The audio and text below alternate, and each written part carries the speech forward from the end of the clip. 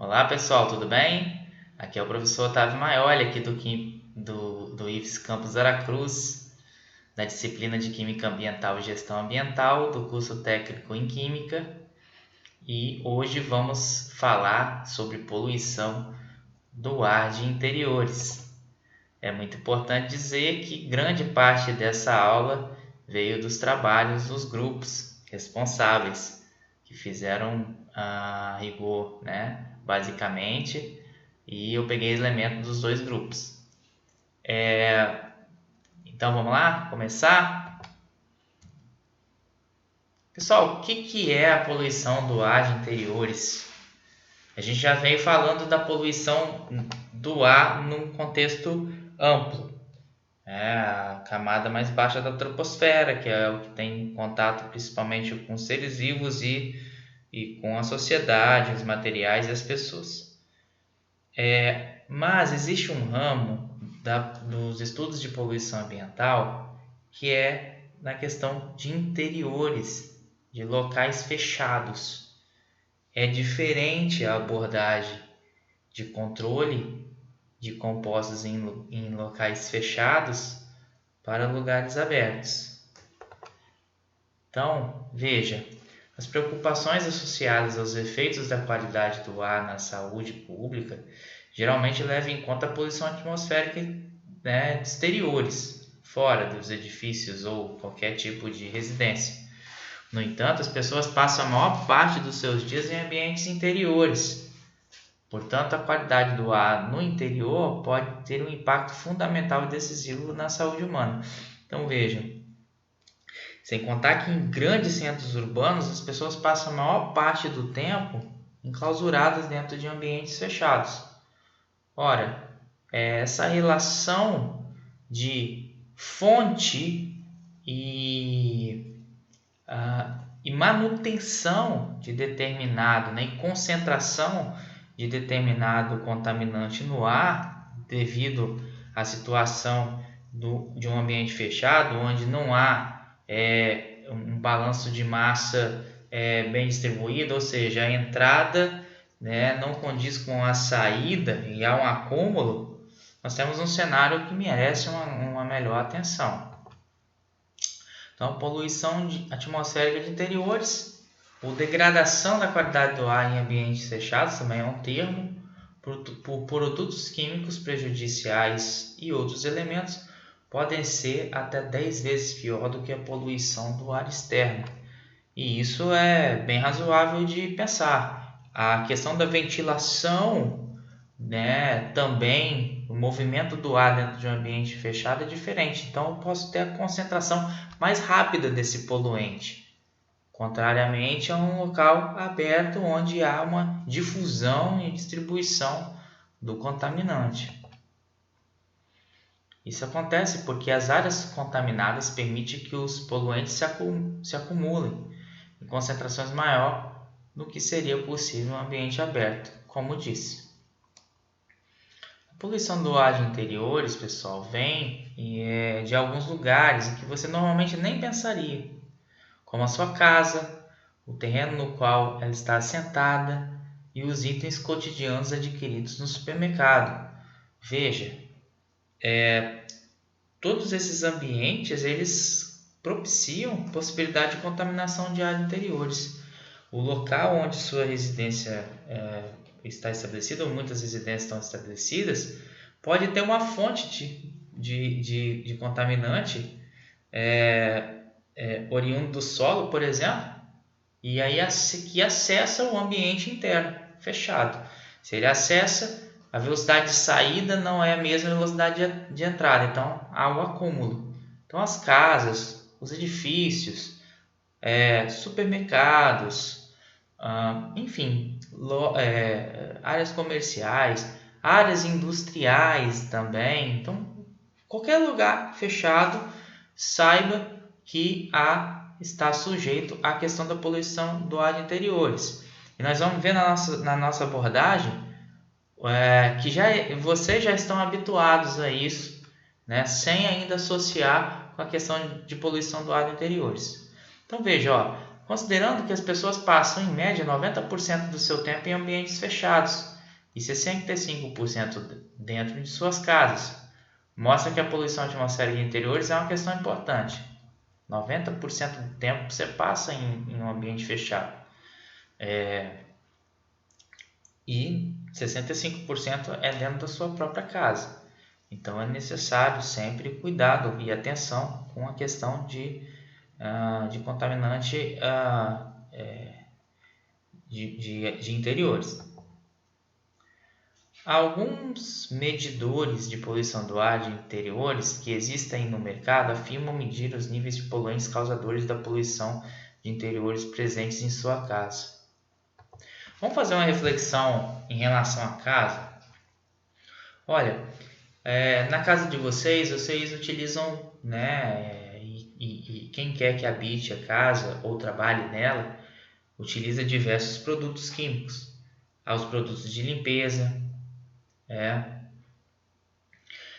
existem os produtos cosméticos em geral, que são também fontes de compostos químicos no ar, alguns até de odor agradável, outros sem odor.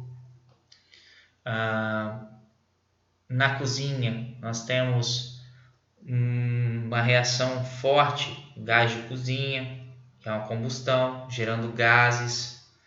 Lembra que os gases que são emitidos em processo de combustão vai ter nitrogênio e oxigênio ali, vai emitir dióxido de nitrogênio. Os radicais livres e depois outros poluentes emitidos no ar geram o ozônio. Então, há concentrações altas ali. Algumas pessoas utilizam filtros de ozônio em casa, que são filtros de água para limpar, desinfectar com ozônio.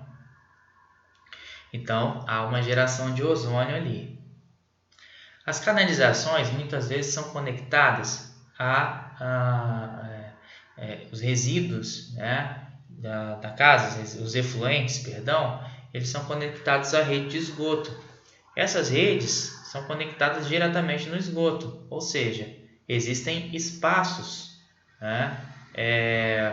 em estado gasoso, de ar, espaços de ar que permitem a entrada de poluentes. Então, algumas residências, muitas vezes, onde não tem uma rede de esgoto adequada, há a entrada de gases como dióxido de nitrogênio, de enxofre, ácido sulfídrico e diversos outros emitidos das redes de esgoto. Então, há várias situações que nos permitem concluir que a casa da gente está sujeita, muitas vezes, a certas emissões. Às vezes, existem algumas situações de emissões fora da residência. E aí, por conta do direcionamento do vento, eles são carreados para dentro da residência. Então, ela também está sujeita às poluições exteriores. Entrando dentro da residência, há uma concentração, porque ela vai se acumulando ali dentro. Eu vou contar para vocês um episódio que aconteceu comigo enquanto morava em Brasília. Num determinado dia de sábado, após o almoço, eu fui para o meu quarto e fui tirar um cochilo. Depois de um tempo, eu acordei um pouco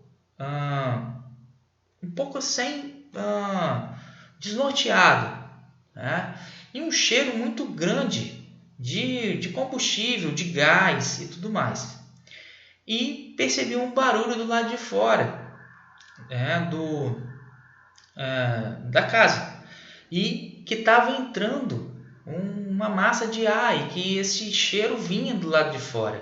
As janelas elas estavam postas de uma maneira inclinada, de forma que o ar que vinha de fora ele vinha, era segundo andar e entrava dentro do quarto, e o quarto fechado.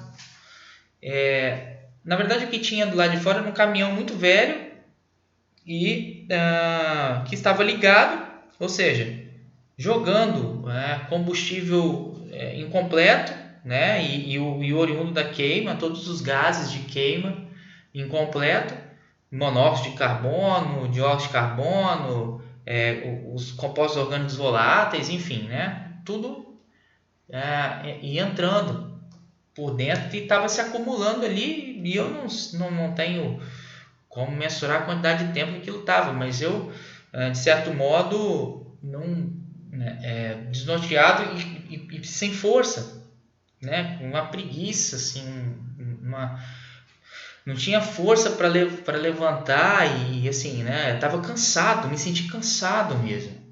Ou seja, eu já estava respirando aquilo há muito tempo e certamente monóxido de carbono estava entrando, né? E se acumulando e trocando, tirando o oxigênio da hemoglobina, e eu estava basicamente ali, sujeito a até, né, dependendo, se eu tivesse bem cansado e não tivesse acordado, poderia ter acontecido algo pior. E naquele momento eu consegui, né, levantar e, enfim, pedir e comunicar com o motorista e pedir para ele desligar o caminhão. Então veja, foi uma situação assim, né, tão marcante na minha vida, mas com certeza muitos de vocês já passaram por situações assim. E se já não conheçam histórias de pessoas que se contaminaram em ambientes internos. Isso é muito comum em indústria, a contaminação por gases. Em indústria é mais comum e até não aceitável, obviamente, né? Porque existem equipamentos de controle que se usa, mas é algo que talvez é mais, digamos, previsível que possa acontecer, mas na casa da gente ou em outros ambientes não. E aí a gente começa até a observar coisas que foram avançando com o tempo, que antigamente eram até normais, mas os estudos de poluição interna, de interiores, foram demonstrando mudança de comportamento da população. Hoje, por exemplo, é proibido fumar em ambientes fechados, justamente por isso, porque o cigarro é uma fonte de contaminantes.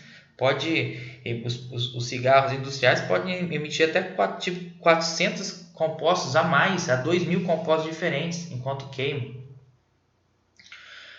Tanto que compostos mais tóxicos do que o composto do fumante. O fumante utiliza um filtro. Já o fumante passivo, né, aquele que não fuma e está respirando as emissões, ele não tem esse filtro. Então ele se contamina mais. Por isso que hoje, basicamente, né, é proibido fumar em ambientes fechados no Brasil. Mas se você puder assistir alguns filmes da década de 60, e na década de 60, filmes que mostram pessoas viajando de avião, dentro do avião, eles fumavam dentro do avião.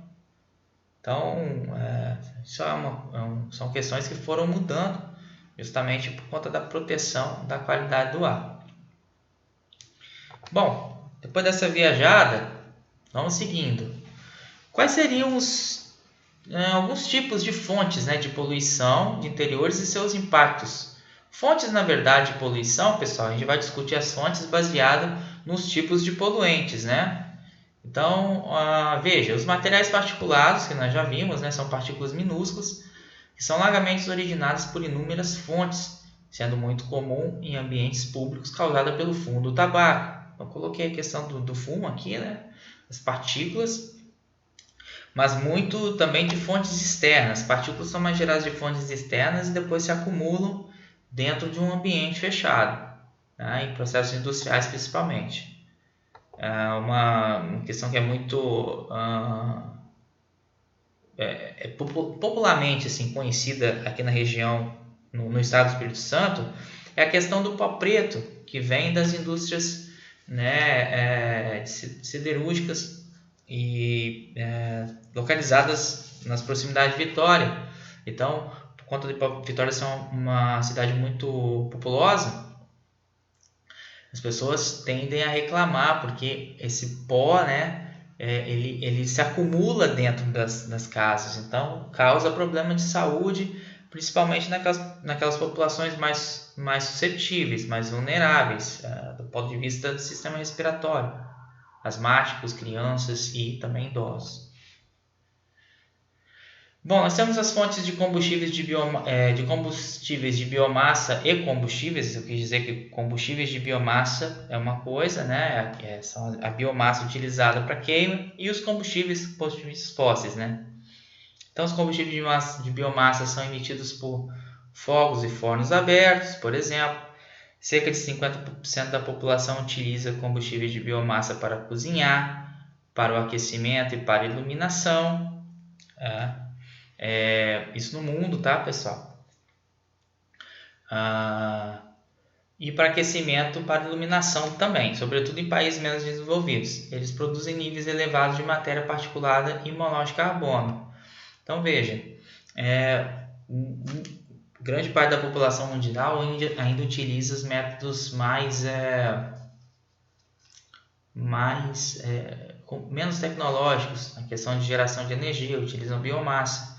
A biomassa gera essas partículas, gera um composto como monóxido de carbono. Então, é muito comum a contaminação por poluição de ar de interiores em países menos desenvolvidos que não conseguem ainda implementar controles, né? Um tipo de controle, por exemplo, é a utilização do gás de cozinha.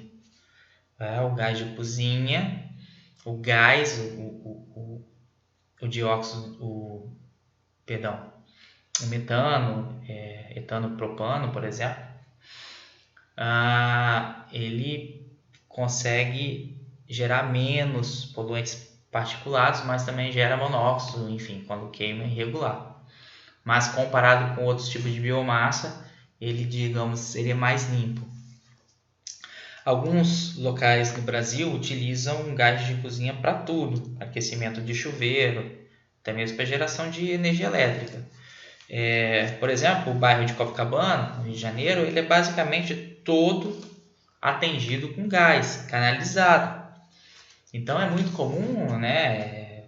Também tive a oportunidade de morar em Copacabana por 1 ano e meio, e era muito recorrente, né, notícias de pessoas que se contaminaram, que chegaram a óbito por conta de questão de vazamento de gás, combustão incompleta, né? Ia aquecer o chuveiro, ligava, equipamentos muito antigos, gerava muito monóxido de carbono e se acumulava dentro de um ambiente de interiores.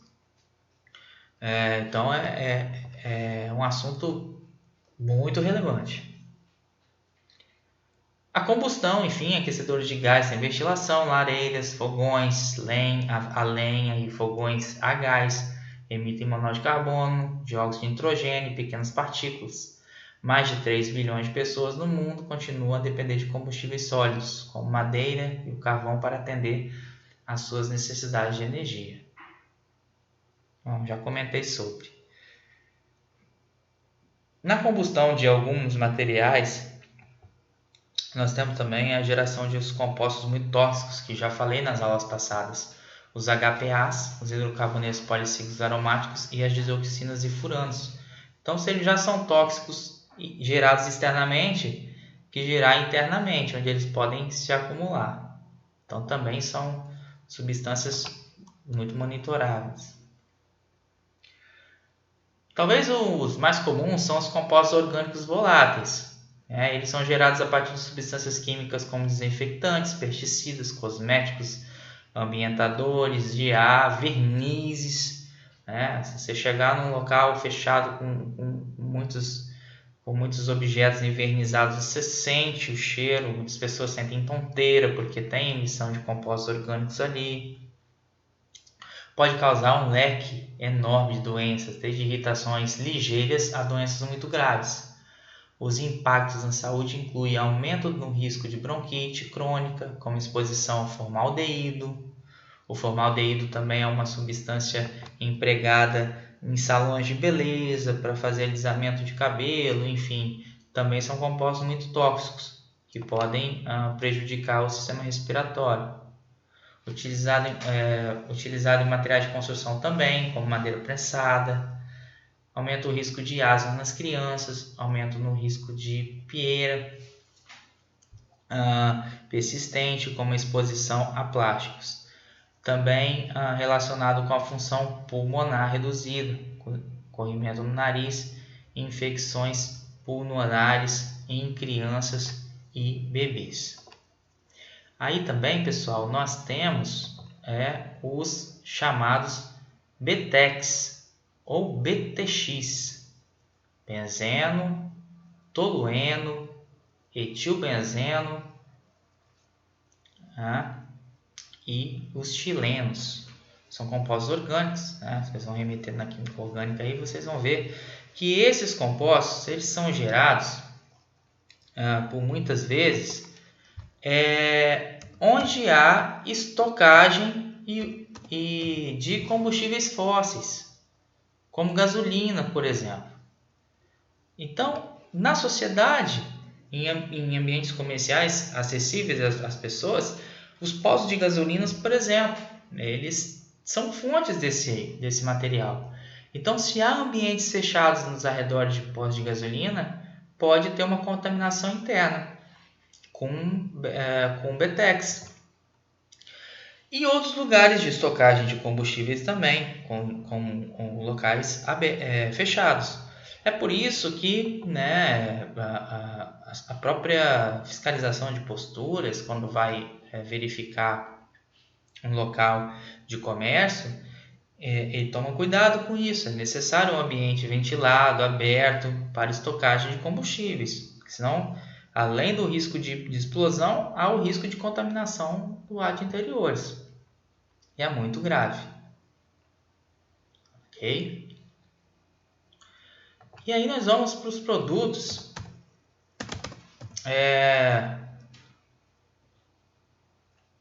Os produtos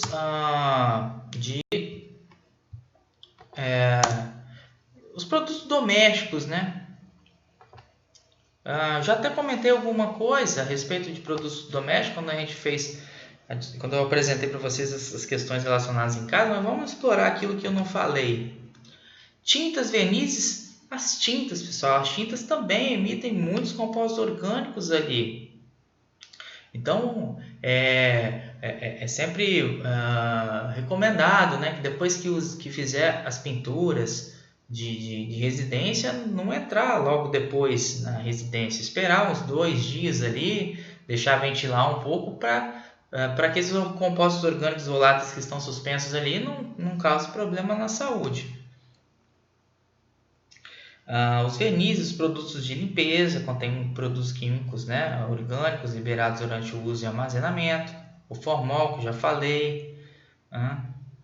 E os produtos usados em pisos, né, algumas prateleiras, fabricação de mobília. E também alguns compostos em tecidos que dispensam o uso de ferro elétrico, em adesivos em tintas, enfim. São substâncias que podem ser emitidas, né? Legal! E os contaminantes biológicos, pessoal? Nossa Senhora, hein? Esse talvez por conta da situação da pandemia do Covid-19, vocês já estão bem familiarizados com a questão da relação de contaminação em ambientes fechados. Qual que é a grande recomendação nesse momento? Deixar os ambientes abertos para circular, para ventilar, justamente porque um ambiente fechado, em uma situação em presença de pessoas contaminadas que podem contaminar com o vírus alguns objetos, esses vírus vão estar suspensos no ar. E se o ambiente está fechado, eles vão se acumulando. Então tem que acelerar a taxa de saída deles. Aí é fácil perceber que bactérias, mofos, né, outras vírus, enfim, qualquer outro tipo de contaminante biológico, né, ácaros, baratas, pólens, vários deles crescem em ambientes úmidos e quentes. Eles são trazidos de fora para dentro de casa ou para dentro de um ambiente fechado. Por que as aulas estão suspensas nesse momento? Nós estamos aqui e vocês estão me assistindo agora e eu estou gravando essa aula. Totalmente relacionado com poluição de ar de interiores, pessoal. É claro que há a questão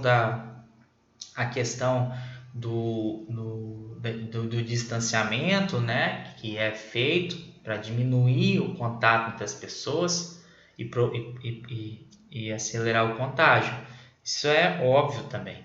Mas é uma questão justamente relacionada com o ambiente fechado. No ambiente fechado, a possibilidade de contaminação é altíssima. E você não precisa nem manter o distanciamento de determinada pessoa. Mas o ambiente fechado, ele já culmina num potencial de risco muito grande. Então a gente consegue compreender um pouco dessa situação. Então, beleza. Temos bactérias também, mofos, umidades, né? Enfim, outros tipos, né? Eu coloquei o exemplo do coronavírus porque está bem evidente, mas tem outras coisas também. Os alergênicos, que são aqueles que podem potencializar alergias, né? Eles podem ser originados de várias formas, eles estão totalmente correlacionados com o biológico, mas não necessariamente são biológicos, há outros tipos de alergênico, né? Substâncias químicas, por exemplo, mas mais relacionados normalmente a biológico. Então, a questão da exposição precoce e elevada, né, pode causar esses problemas relacionados aí, né?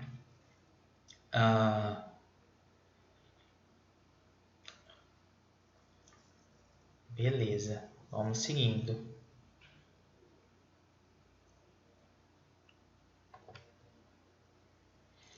Umidade de bolor. Também a questão mais do bolor, né? A umidade ela acelera o crescimento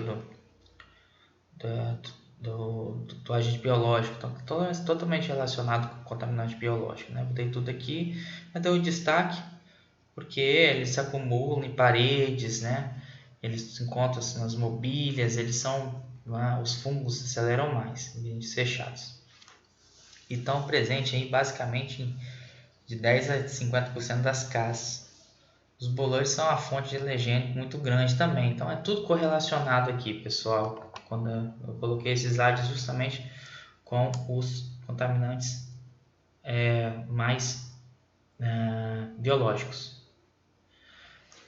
E aí, a gente pode ficar aqui posso ficar horas falando de contaminantes. Todos os contaminantes que eu falei são possíveis e passíveis de causarem problemas em ambientes fechados, né? Mas existem alguns que, por conta do seu uso, acaba potencializando o ambiente interno. Os PCBs, por exemplo, as bifenilas policloradas, que são tão tóxicos quanto as dioxinas e furanos e os HPAs, né? Ainda podem ser encontrados em alguns produtos domésticos comuns, né? No caso, em revestimento, né? De cabos elétricos, vedações, tintas, acabamentos, parapiso, madeira, em transformadores antigos e geradores antigos de energia elétrica, caso ainda exista nos arredores de uma residência ou prédio, né? Eles podem ser emitidos para o ar. A contaminação dele é de maneira mais crônica, não é de imediata. Os problemas vêm com os anos, né? Mas ele é uma substância que está banida, então a gente só precisa ter um pouco de cuidado aí com os estoques que ainda existem disso e que vão cair em desuso. Beleza. O amianto, pessoal. O amianto, eu tive a oportunidade de falar sobre ele lá na disciplina de processos químicos industriais inorgânicos. No processo de produção de cloro, se utiliza um diafragma de amianto. Vocês vão se lembrar, nós discutimos um pouquinho sobre. Então, o amianto, pessoal, num ambiente fechado, e ele tendo a possibilidade de ser emitido para o ar em alguma questão de atrito ou mesmo de quebra de material que tem amianto, né, que é um mineral utilizado em telhas, em alguns revestimentos, em materiais de tubulação. Então, se ele estiver num ambiente fechado, é ali que potencializa ainda mais o dano à saúde humana por conta do amianto, né? Então, em ambiente interior, e principalmente associado com a questão de saúde do trabalhador, né? Uma vez que ele pode provocar asbestose, que pode culminar em câncer de pulmão. Beleza. Os pesticidas, pessoal, os pesticidas são perigosos contaminantes de interiores, especialmente em áreas rurais, onde vai ser utilizado na agricultura, substâncias para matar as pestes, as pragas. Então há vários casos de contaminação, porque um determinado pesticida está em solução e de repente o tempo está quente, ele vai se volatilizando e de repente num lugar de estocagem ele está no ar, ele vai se acumulando, enfim. Então é muito sério a questão das contaminações por os pesticidas. E aí tem uma que é bem curiosa, né, que eu deixei até para o final aí, que é o radônio radioativo. Pessoal, cerca de 1% do ar é argônio. E nós temos os gases nobres, né, neônio, xenônio, argônio, radônio também. Acontece que o radônio, se a gente observar cadeias de radiações nucleares que podem ir do urânio ao plutônio, ao polônio, toda essa sequência radioativa que faz com que a emissão de matéria radioativa, de radiação radiativa, vai fazendo com que o átomo diminua em número atômico, emitindo partícula beta, partícula alfa, principalmente. Ele vai diminuindo em número atômico, e gama, à vontade. Ele diminui em número atômico. Eles são, normalmente, esses elementos, eles são de terra, né? Eles são metais, enfim, pesados. Só que em determinado momento esses elementos eles vão se decaindo, o decaimento radioativo ele vai decaindo, e de repente ele se transforma no radônio. Sendo radônio, ele é um gás nobre, ele vai para a atmosfera. E aí depois ele decai de novo. Então o radônio é um elemento radioativo. Ele vai na sequência da cadeia radiativa. Ele está presente então em rochas, solo, tijolos, ou seja, ele está na construção civil, então ele é emitido. O que acontece é que dependendo, a segunda principal causa de câncer do pulmão, após o tabagismo, então dependendo do local, onde ele está, de um ambiente fechado, por muito tempo principalmente, a concentração de radônio vai estar um pouco mais elevada. Porque todo material de construção civil tem esses materiais mais pesados, radiativos, em traço. Mas traço, pessoal, quer dizer que é muito forte e é prolongado. Então, esses materiais podem causar determinado tipo de câncer. Um material radioativo. E o radônio, por conta dele poder, ele passar para o ar, por ser um gás nobre, ele vai estar radioativo no ar. Legal? Beleza, pessoal. No decorrer dessa aula eu fui falando um pouquinho das consequências para a saúde humana. Mas aqui eu preparei um slide para alinhar melhor, organizar melhor. Então, as consequências para a saúde humana. Aumenta o risco de bronquite crônica com a exposição ao formaldeído utilizado em materiais de construção como madeira prensada. Aumento do risco de asma em criança, com relação a quase todos os poluentes. Também foram relacionados com função pulmonar reduzida, corrimento no nariz, infecções pulmonares nos bebês e nas crianças, problemas relacionados com a falta de ar, infecções pulmonares, bronquite, corrimento no nariz. Normalmente, né, esses corrimentos no nariz são causados por poluição do ar de interiores, desenvolvimento de asma e alergia, e com aumento nos riscos de doença nas pessoas que já são asmáticas. O potencial de causar dano em qualquer um desses poluentes depende em parte da sensibilidade de cada pessoa, é claro, né? Só uma questão. E os idosos e os jovens sofrem mais, porque os sistemas imunológicos são deficientes, né? Os jovens estão criando seu sistema imunológico, desenvolvendo, apesar de forte, né? Mas ainda está ajustando. E os idosos têm um sistema imunológico menor. Também não coloquei aqui, mas a questão do câncer, né, pessoal? Como eu coloquei do radônio, e por conta de outros tipos, as doenças mais crônicas podem levar ao câncer.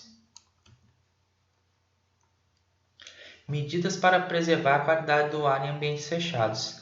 Essa vai ser muito simples, pessoal, porque vocês vão lembrar e com certeza vão estar recebendo informações agora por conta do coronavírus. Então, olha só, quais são todos vocês se utiliza determinado método, por exemplo, para evitar a contaminação por vírus em ambientes fechados, vai ser o mesmo para os outros, porque a ideia é acelerar a taxa de saída. Então, deixar as janelas abertas sempre que possível, permitindo ventilação, ter localização adequada para as entradas de ar e longe de focos de poluição externa, são algumas também estratégias para melhorar a qualidade do ar. Então, é muito, né, comum num projeto arquitetônico, né, fazer a emissão do gás de um lado, não ter uma chaminé, por exemplo, na frente, né, na janela onde vem vento. Tem toda uma questão que o profissional deve se atentar para evitar a poluição do ar de interiores. Adoção de sistemas de insufladores de ar, que tem como função filtrar o ar que vem de fora antes de inserido no ambiente. Pessoal, isso é muito importante. Pesquisas estão mostrando que a contaminação, por exemplo, por coronavírus, se dá em ambientes, né? Porque a recirculação, o ar que sai volta de novo em edifícios. Então, precisa de um insuflador, que é para evitar que o ar, né, ele filtre o ar. Tanto o ar que sai, né, que vai de dentro para fora, como de fora para dentro. Filtro. E aí, o ambiente fica limpo. Manter filtros de ar condicionado sempre limpo é muito comum, pessoal. Contaminação biológica, tá? Muito comum. Então tem que estar bem limpinho e evitar a recirculação do ar, que é o que eu coloquei.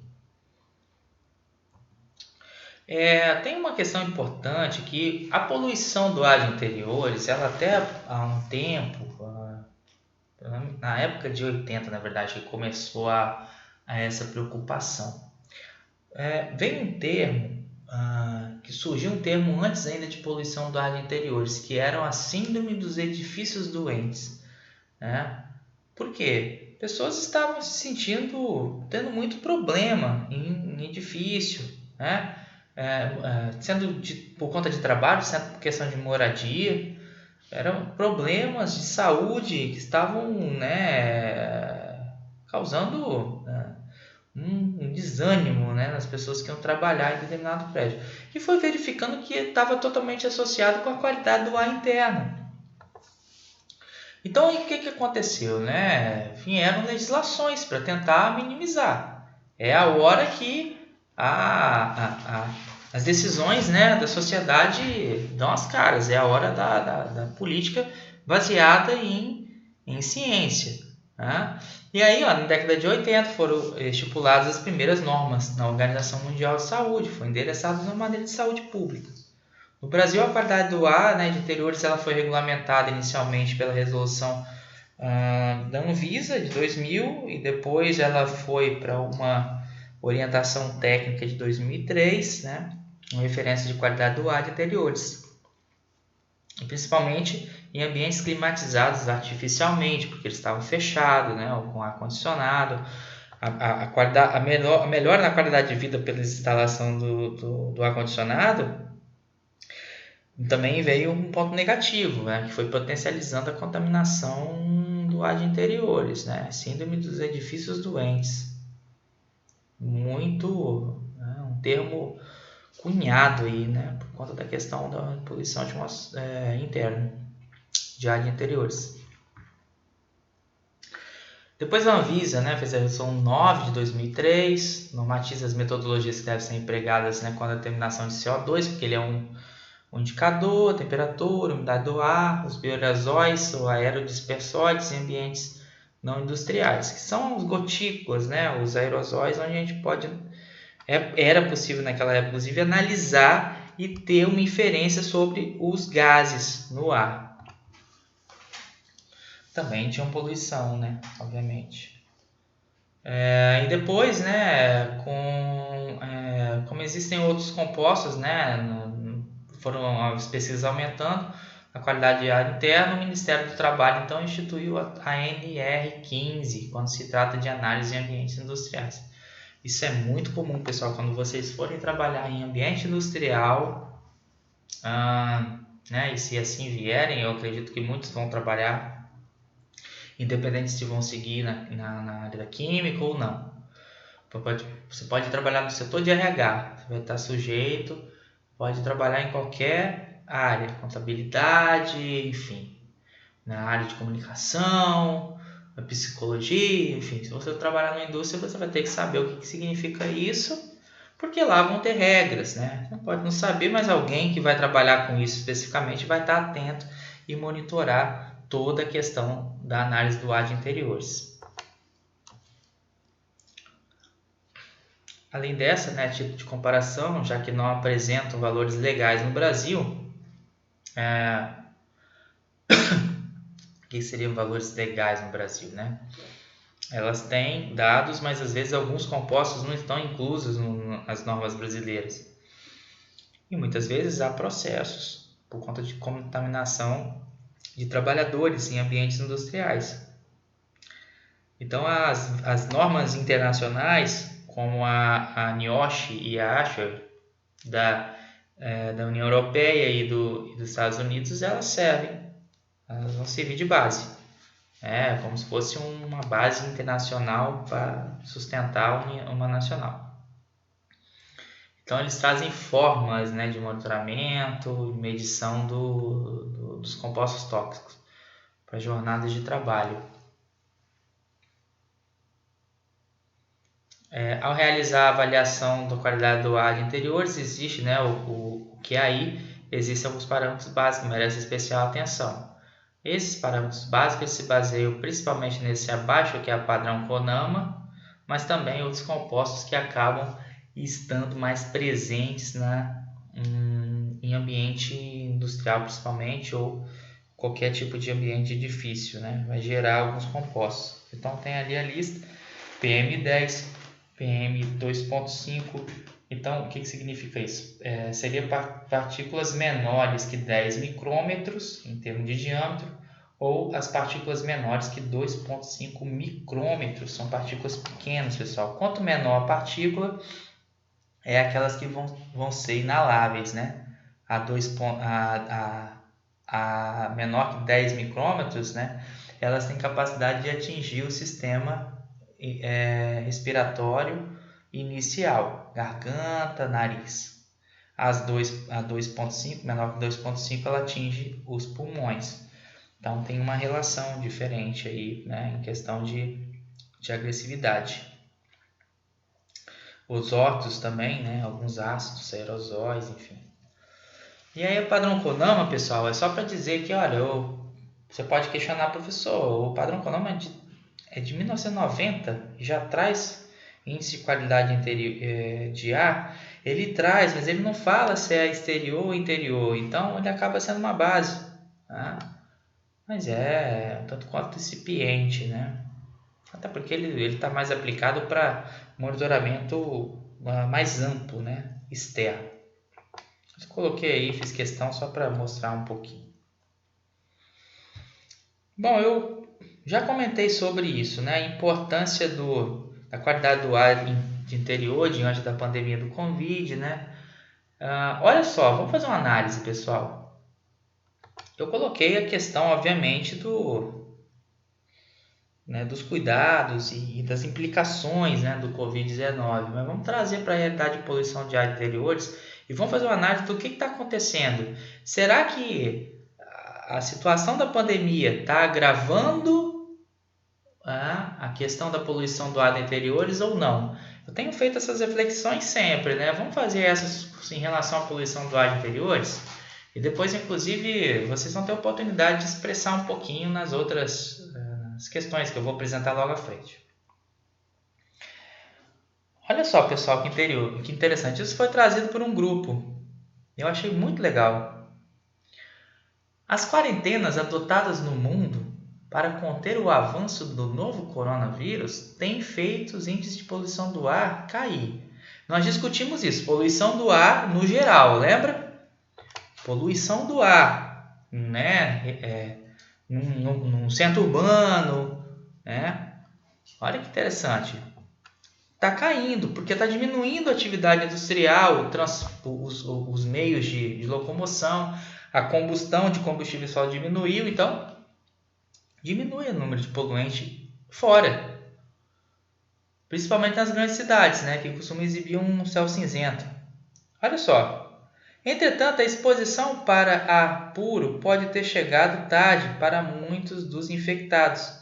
A exposição do ar sujo por longos períodos de tempo pode causar ou agravar doenças respiratórias que tornam as pessoas mais vulneráveis ao coronavírus. Existe isso, né? Porém, assim como a poluição externa, também existe a poluição interna, que está relacionada à poluição que existe em ambientes fechados, como em nossa casa. E ficar em casa em meio à pandemia é algo essencial, então é muito importante manter o ar do ambiente em que vivemos. Veja, pessoal, ainda não há dados concretos em relação a esse tipo de pesquisa, mas a gente já pode começar a prever que as poluições de ar de interiores elas estão aumentando, porque as implicações vindo. Por quê? As pessoas estão ficando mais em ambiente fechado. Se elas ficam mais em ambiente fechado, elas estão mais sujeitas a episódio de poluição. Não tem a pesquisa, já tem alguns levantamentos, né? Algumas análises a respeito, mas essas pessoas estão mais dentro de ambientes fechados, elas estão mais sujeitas à questão da qualidade, a sofrer de poluição de ar de interiores. Isso é razoável pensar, ok? Eu trouxe mais para essa reflexão mesmo, tá, pessoal? Legal.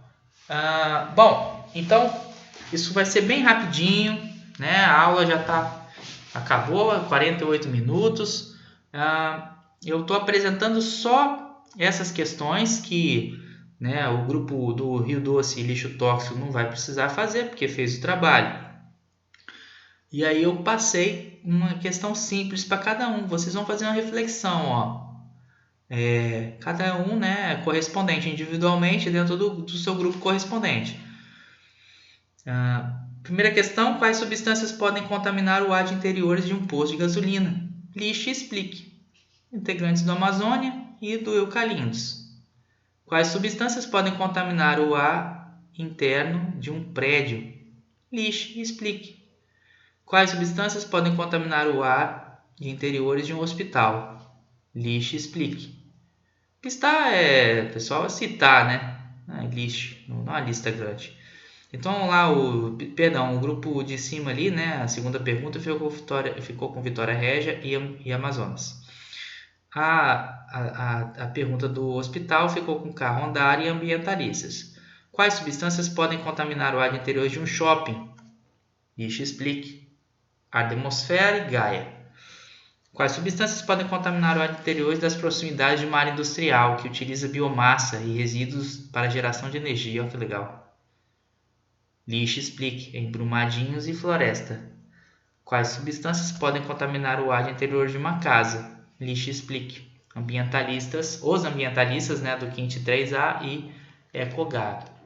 Pessoal, eu quero bem simples, tá? Porque nesta semana vocês estão fazendo 2 aulas, essa e a camada de ozônio, que são assuntos mais curtinhos, e eu coloquei para finalizar os conteúdos de atmosfera, de poluição atmosférica nessa disciplina. Depois, nessa parte, depois é poluição de outros compartimentos. E assim, né, eu termino minha jornada aqui no IFES por conta disso. Então, esse seria o nosso último exercício. Depois eu vou fazer um videozinho para me despedir melhor de vocês, tá? Mas é isso, galera. Sejam sucintos vocês vão ter 2 tarefas essa semana, essa é a segunda, né? Então sejam sucintos nessa e a gente vai fazer um bom trabalho de avaliação, tá bom? Beleza, pessoal. Um grande abraço, bons estudos e até mais.